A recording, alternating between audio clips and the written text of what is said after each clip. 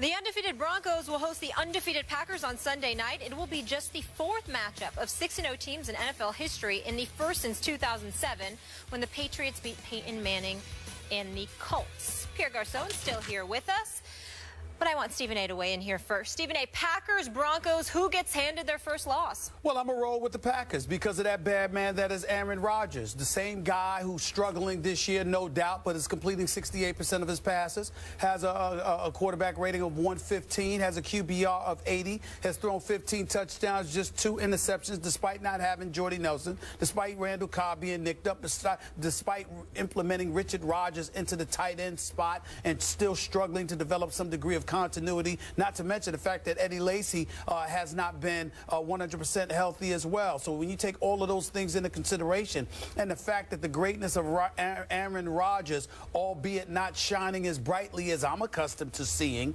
nevertheless is still effective enough to get them to an undefeated 6-0 record, the same as Tom Brady and Peyton Manning, by the way. I'm going to roll with the Green Bay Packers to win this game, although I know it will be tough, although I know that Denver's the better, more complete team right now, although I know the game is in the Mile High City.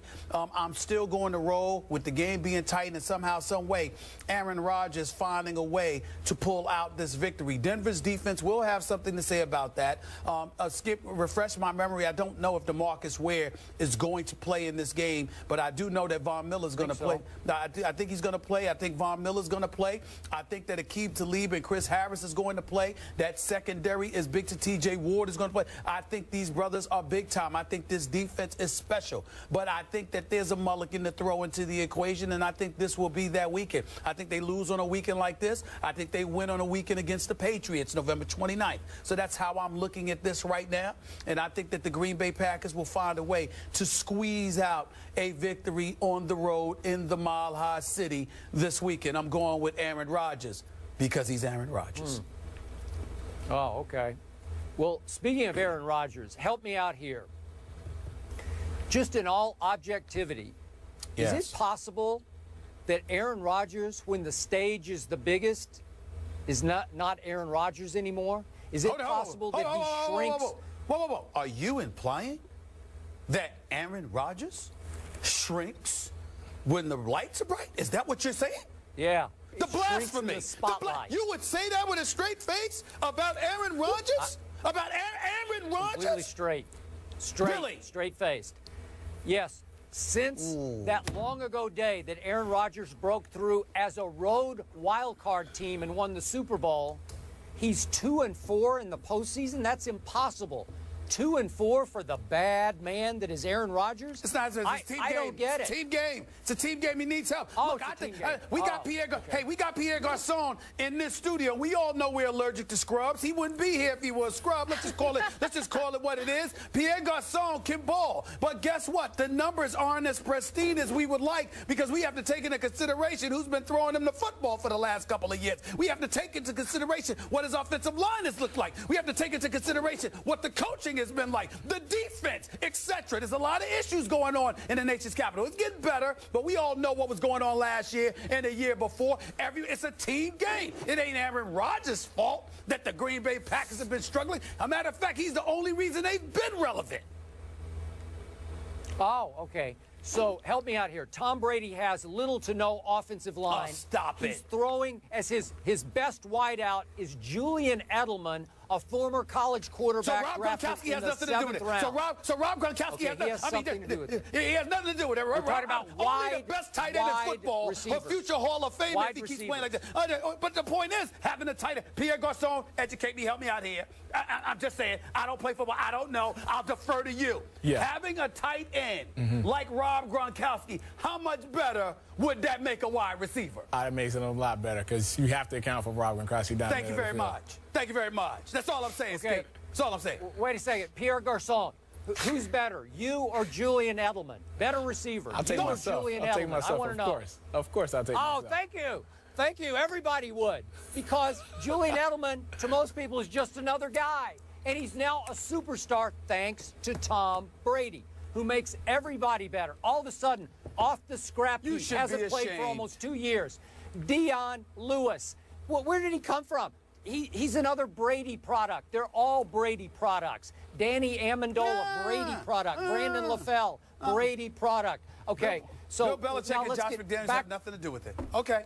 Okay. It's all about number 12. Trust me. Trust me, it is. Okay, now back to the great Aaron Rodgers, who in 6 games has only one 300-yard passing game this whole year. So I think we could agree he's having a little bit of an off year, even though off the scrap heap, they pick back up James Jones, who leads the NFL in touchdown receptions. So that's pretty good. He's at least got somebody that he's comfortable with who used to be a big star, obviously, in Green Bay. Despite all that, let's get to the real story of Sunday night. It's Peyton Manning. I am sick and tired of all the criticism, all the writing off of Peyton Manning. He is not nearly as bad as people are making him out to be. Every time that team has needed a big throw, Peyton has made that throw. That's why they are 6-0, even though he's, 7 touchdowns to 10 interceptions with a 46 QBR that ranks 25th in the league. I don't care about any of those numbers except for the 6-0. Trust me, on the big stage, Sunday Night Football, Peyton Manning always flourishes. He will flourish again. They will win this game, a defensive battle between the #1 defense from Green Bay, #2 from Denver.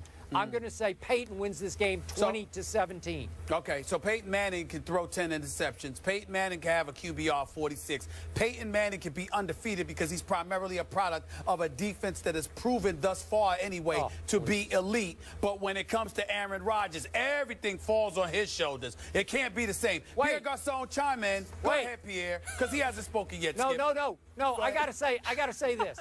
Green Bay has the #1 ranked scoring defense in the whole league. Yeah, and look at who they play. Stop it. And look at who they play. Don't get me started. Look at who they play. Don't get me started. Go ahead, Pierre. Go ahead, Pierre. I can't listen to his dribble right now. Go ahead, man. To answer one of the questions, I don't think Aaron Rodgers shy away when the lights are on. I think he plays well, but going against Peyton Manning Sunday night in Denver against that great defense, it is going to be tough, especially with the receivers Aaron Rodgers have. I'll admit that. Quarterbacks do make the receivers, but Aaron Rodgers haven't had time to, adjust to the guys that, dealing with the injury of Jordy Nelson. And, they added James Jones, which has played very well for them. But, it's different, Jordy Nelson and James Jones. But it's hard to go against the Broncos at home against that defense. Their defensive line is amazing. Von Miller's getting out the quarterback. DeMarcus Ware's getting out the quarterback. Talib is taking the pick 6 to the house. TJ Ward is playing well. Harris is playing well. It's very hard, to play well against that defense. And when you know Aaron Rodgers is going to throw the ball. So it's definitely tough for the Packers to go into Denver Sunday night when, that stadium is going to be loud and happy to, be loud on defense to make it hard for Aaron Rodgers. It's definitely going to be tough. And we know Peyton is going to make plays if you give him the defense, if the Broncos defense give him a lot of opportunities. At some point, he's going to break their will. Those receivers are going to go off. Demarius Thomas and Emmanuel Sanders are going to make their plays. Let me put you on the spot, Pierre. Yes, sir. I'm not going to ask you about your quarterback because we all know the obligatory issue. You got to say Kirk Cousins. Forget Kirk Cousins for a second. Forget anybody on the Redskins. Yes, I'm not talking about anybody on the Redskins. If you could have one guy throwing you the football outside of the quarterbacks that you have, who would it be? One guy to throw me the pass. To throw you all day long. All day long. I'm going with Aaron Rodgers. I love the way he throws. I love the way he plays. I love the way he sits in the pocket. He's always looking to throw. He's not looking to run it. But, it's Aaron Rodgers has that confidence in his arm, has that confidence to throw it 90 yards, has that confidence to throw it, to dip and dunk it downfield. Aaron Rodgers is probably the best passer in the league. It's just special. Time out. Go ahead, Wait Skip. a second. Go ahead, Skip. Stephen A. Smith just succeeded in changing the subject after Pierre actually went with my pick. He went with Denver to beat Green Bay. Yes, Denver to beat Green Bay. Pierre, I'm fine with that. Wait. Hold on. No, stop it. Did I just hear Pierre say that Aaron Rodgers is better than Tom Brady? Is that what you just said? Aaron Rodgers throws the ball better than Tom Brady, the best passer in the league. Tom Brady makes plays. Tom Brady wins games, but Aaron Rodgers is the best thrower in the league. Wait. You have my vote. You got my vote, Pierre. Stop it. Who is your next opponent? New England Patriots. We're looking forward to it. Oh! Looking forward to it. What that got to do with anything? Wait a second. What they got to do with anything? That just went up on the bulletin board. It went up on the bulletin board. You just provoked Psycho Tom. You're going to get Psycho Tom right between your eyes. It's all right. Trust me. We'll love to blitz him in. I'm sending Tom Brady watches this show. Tom Brady will be all over that quote. Thank you very much, Pierre, for saying that, for motivating Psycho Tom. But Skip, Pierre doesn't play defense, Skip. He doesn't play defense. Oh, but it doesn't matter. He plays for the Redskins. Right? He plays for the Redskins. Yes. So he's just telling the truth. He's just telling the truth. Appreciate that. I know, problem. Way to go. Looking forward to it. Yeah, you better. You got my vote, Pierre. You got my vote. Pierre for the Senate. Every day, Pierre. Thank you. Thank you for putting up with those two. November 8th. I ain't voting for Jay Feely because he loves Skip too much. I'm not voting for Jay. I love you, Jay, but I ain't voting for you because you love Skip too much. I can't do it. I can't do it. All right. Pierre, thank you so much for spending part of your bye week with us. I appreciate it. November 8th in Foxborough, and yeah, I'm with you. I'm going with the Broncos. I think they're going to miss Jordy in this one. That was a good point there.